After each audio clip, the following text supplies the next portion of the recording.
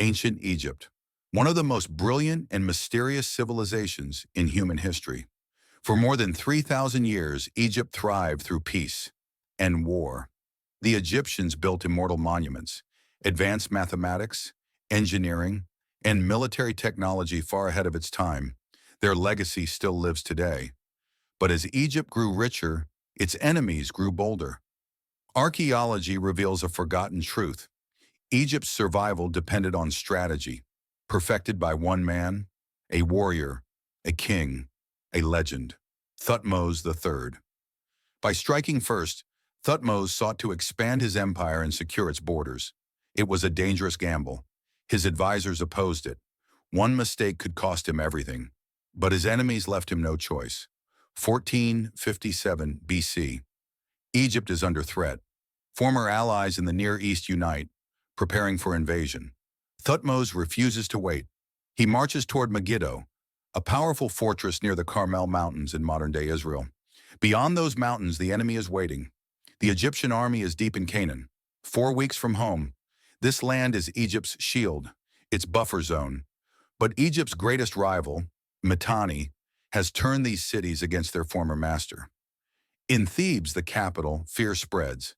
The city's wealth depends on trade and tribute. Now everything is at risk. With 50,000 inhabitants, Thebes is one of the largest cities on earth. Even today, its grandeur remains. But peace is an illusion. Thutmose was raised in a land without war. He became king as a child. Too young to rule, power passed to his stepmother, Hatshepsut. Tradition demanded a male pharaoh. Hatshepsut refused to yield. She ruled Egypt with political genius, eventually crowning herself pharaoh. Her image changed. She wore the royal beard. She ruled as a king. Thutmose received the finest education in Egypt. He learned of past victories and of a terrible warning: foreign domination. 2 centuries earlier, Egypt had fallen. The Hyksos invaded from the northeast. They brought a revolutionary weapon, the war chariot, fast, deadly, unstoppable. Egypt was pushed south. Defeat seemed inevitable. But Egypt learned. Ahmose I adopted the enemy's technology. He built chariots, drove out the invaders, reunited the land. The new kingdom was born, and Egypt would never be weak again. Now a new enemy rises, Mitanni, more dangerous than the Hyksos. They promise freedom to Egypt's allies. They gather forces at the border. War is inevitable. Hatshepsut urges patience. Thutmose demands action. He prepares Egypt's ultimate weapon, the Egyptian war chariot, lightweight, flexible, deadly, built from bent wood and leather, reinforced wheels, shock-absorbing platforms, modular, repairable, portable. No army had ever seen anything like it. 2 warriors fight as one, driver and archer, years of training, perfect coordination, speed, precision, control. This is Egypt's war machine. Spring, 1457 BC, Memphis. Thutmose gathers over 12,000 soldiers, the largest army of its time. Then the news arrives. Hatshepsut is dead. An era ends. War begins. The enemy gathers near Megiddo. Thutmose must strike first. He marches 400 kilometers across desert and mountains. The Sinai is conquered. Palestine reached. Only one obstacle remains. Megiddo, a fortress on a hill, guarding the greatest trade route of the region. Surprise seems impossible, but Thutmose chooses the most dangerous path, straight through the mountains. At dawn, the Egyptian army attacks.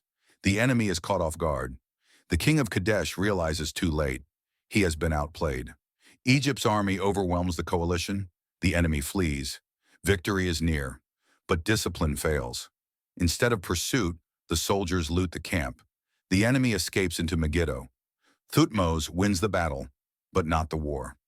7 months later, Megiddo falls.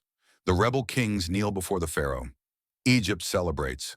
Spoils of war are offered to Amun, supreme god of the empire. Peace returns. Briefly, Mitanni still stands. Thutmose prepares his final move. He sails north with 170 ships, 900 kilometers from Egypt, across the Euphrates River. No Egyptian army has ever gone this far. Mitanni avoids battle. Their cities fall. Their lands are claimed. A royal stela marks the limit of Egypt's power. No pharaoh will ever go beyond it. Thutmose returns victorious. Egypt's borders are secure, its influence unmatched. At Karnak, he expands the Great Temple, walls filled with scenes of conquest, exotic lands, distant animals. Thutmose III, the greatest general Egypt ever knew, a master of war, a master of politics.